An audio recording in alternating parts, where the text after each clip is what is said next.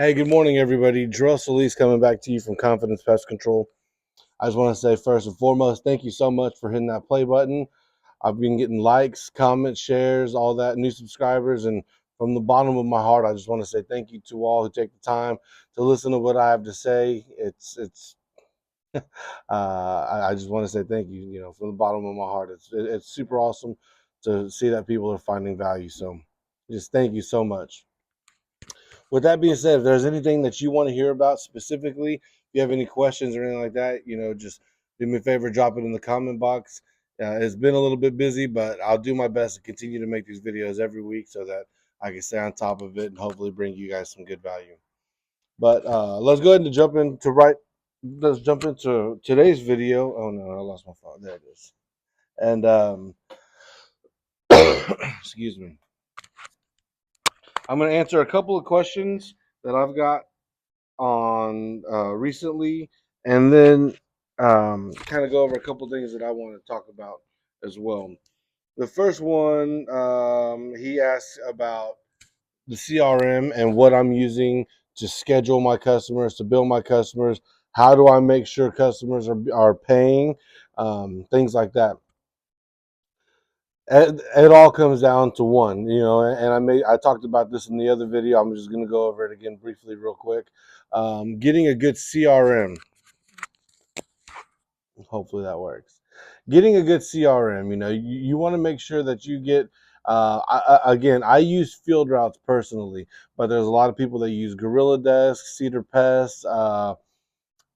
There's dozens and dozens, if not hundreds, of pest or CRMs out there that you have the option to use. But the beautiful thing that I like about field routes, or especially these pest specific CRMs, is that they already, it's made for us by people like us. So, they already know what do I need to do to make sure that they're being billed, that it's being scheduled, all that.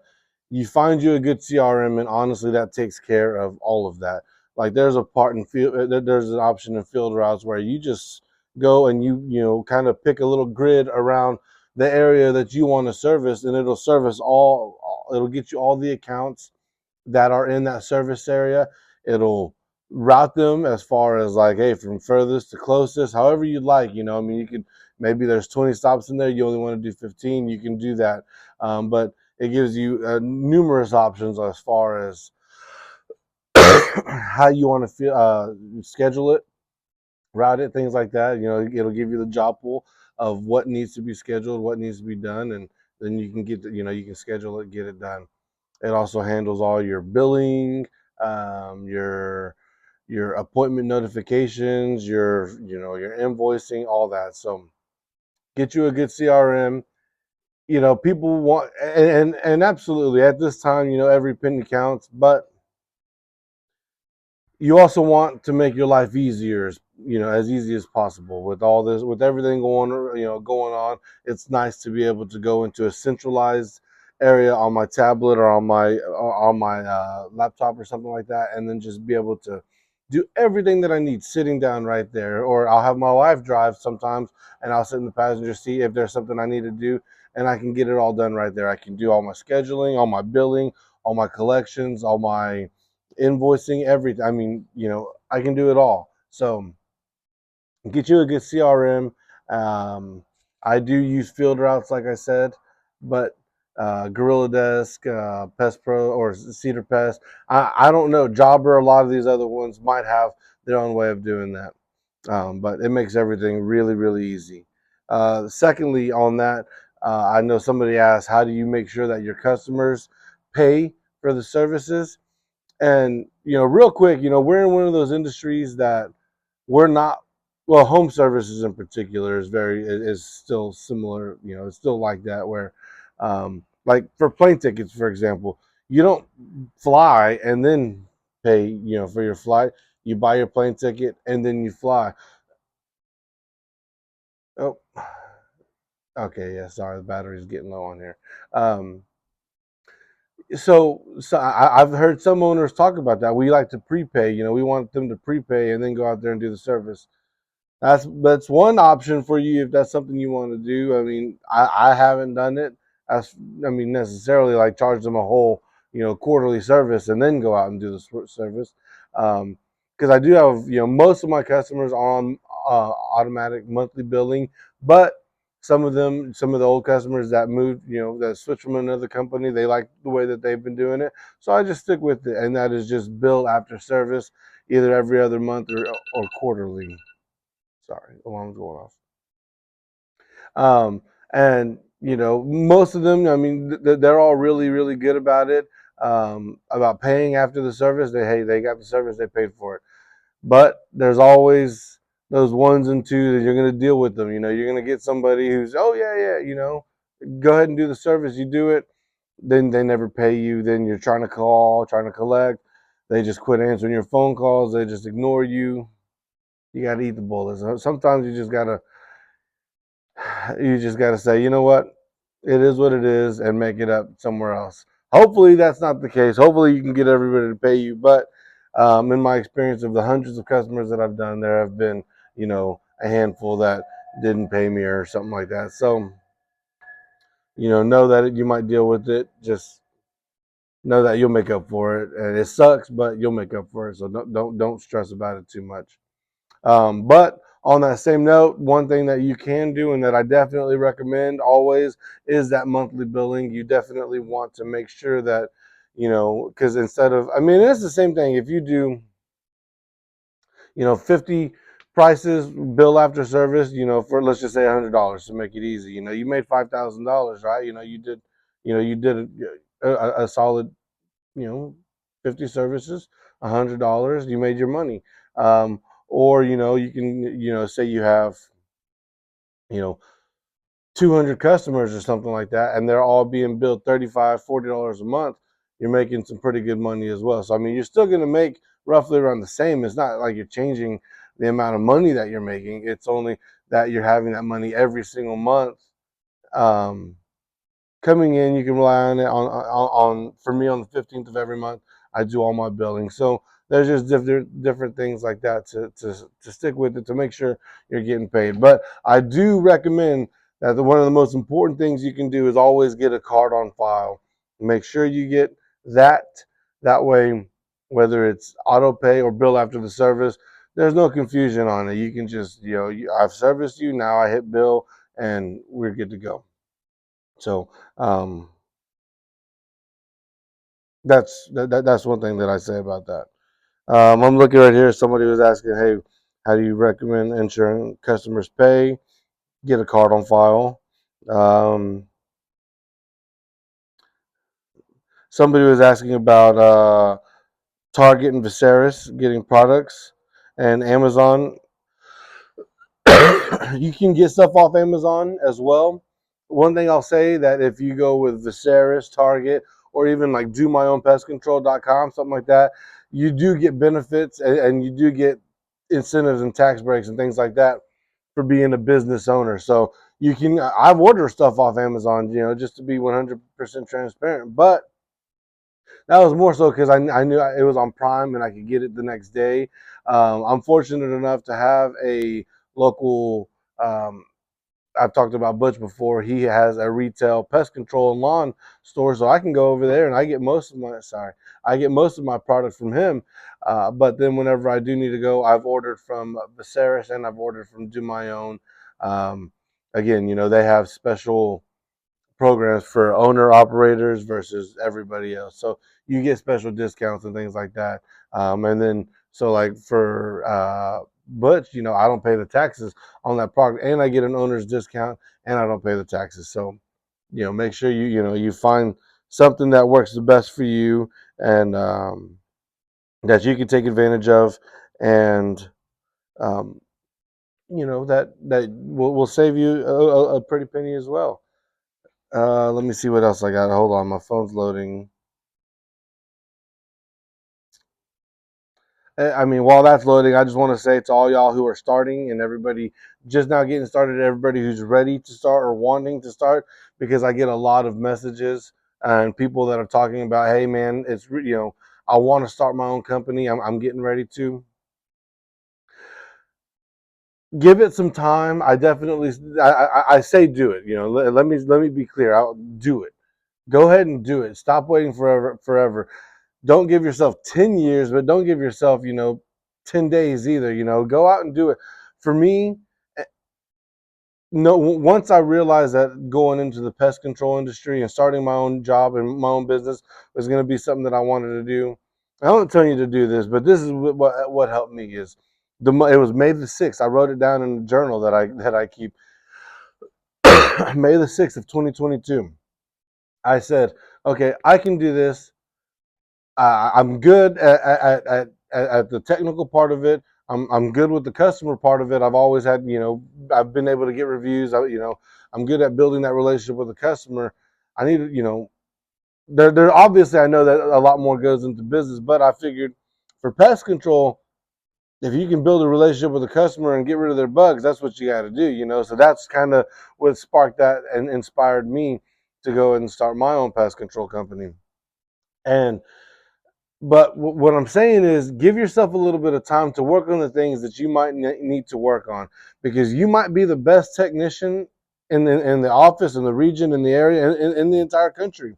But that doesn't mean you're going to be a great business owner. Maybe you're really, really good at the technical aspect.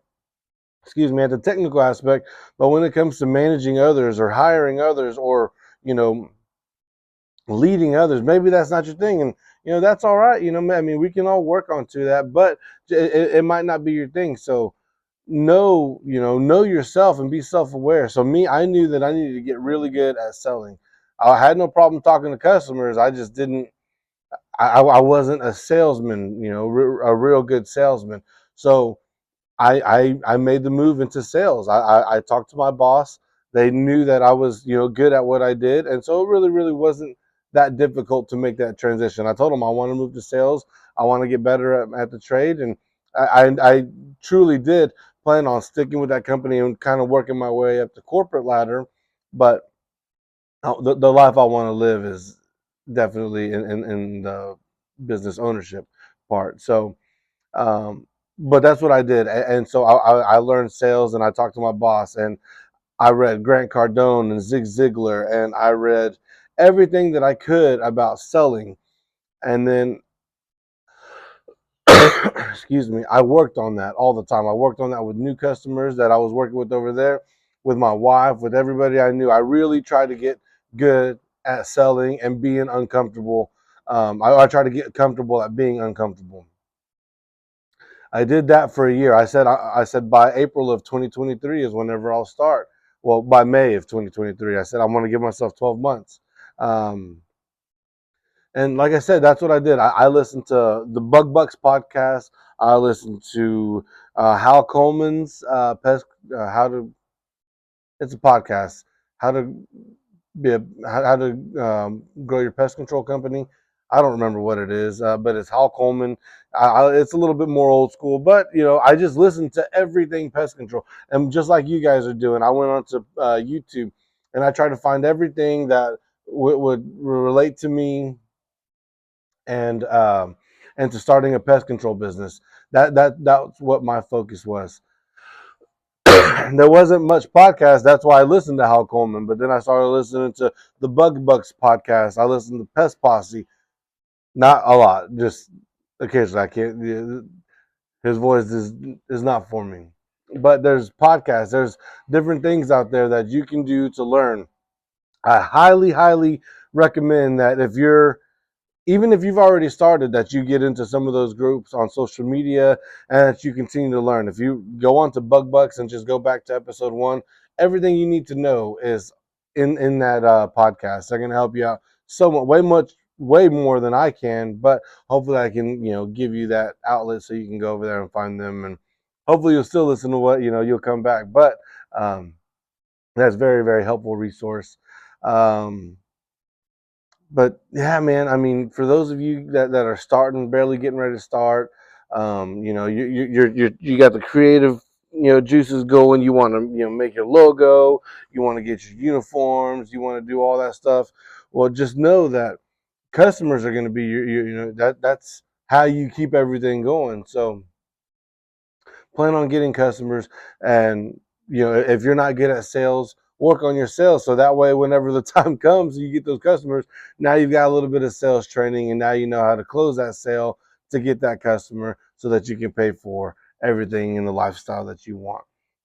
But again, I just highly, highly recommend doing your research, studying, being resourceful, and taking advantage of those resources and doing everything you can to just get better. That's that's the biggest thing. I mean, you want to know what's going on. You want to be able to sell. You want to be able to close those sales. Talk to them. Read. Listen to podcasts. Listen to everything. Audio books. Audible. Go on to Audible and listen to the E-Myth. You're all these, you'll relate. You're gonna listen to a book or something and be like, oh my God, that's my life. And so those are the fun books to read too, because it's all business centered, and it can get your mind going, and it just gets those creative juices going. Like truly does, like I'm sure my wife is just she had enough 2 years ago of listening to all the business rants and things and the dreams, but it's exciting. It's really, really fun. And so that's why I say do it, because you're not going to get the lifestyle that you want doing anything else. And it's like a bug. Once you get that business entrepreneurship seed, going, that's all you want to do. And, I have my friends and my buddies and family members and my group of guys, it's pretty cool because they'll be like, hey, like this year, for instance, in my neighborhood, it's really, really big about Halloween. They're really, really big about Halloween. There's areas where they do a lot of drinking, shots, Jello shots, beer. I mean, they're just making drinks all over. I mean, there's thousands of trick or treaters in this neighborhood. Excuse me. I was like, I'm gonna have a good time. I'm not gonna schedule anything for that Friday because Halloween was on a Thursday this year. My kids didn't go to school on Friday, so I was like, you know what, we'll take that day, and I didn't have to worry about it. I was able to not schedule anything, and I took a few phone calls maybe, but I'm the boss, I'm the owner. I get to decide what I do with those days. Not to say that you take advantage and just take every day off, but when you work hard, you get to play hard, And so my friends, they're already hitting me with, must be nice, to not have to go in today or to do this or to do that. We're going on vacation here and pretty soon, and it must be nice is what they're going to give you. They're going to say that.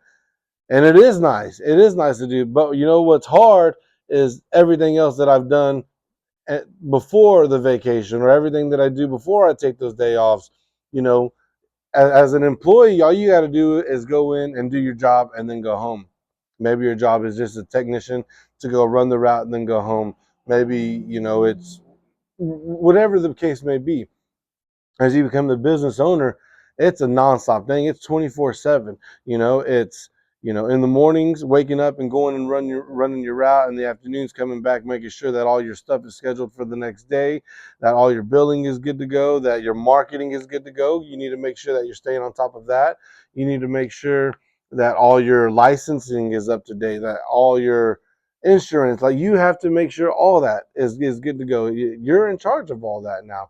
So there's a lot more stress that goes into it. So whenever I do those other things and take those days off and go on vacation for a week or so, it is nice. But know that there's a lot that goes into it.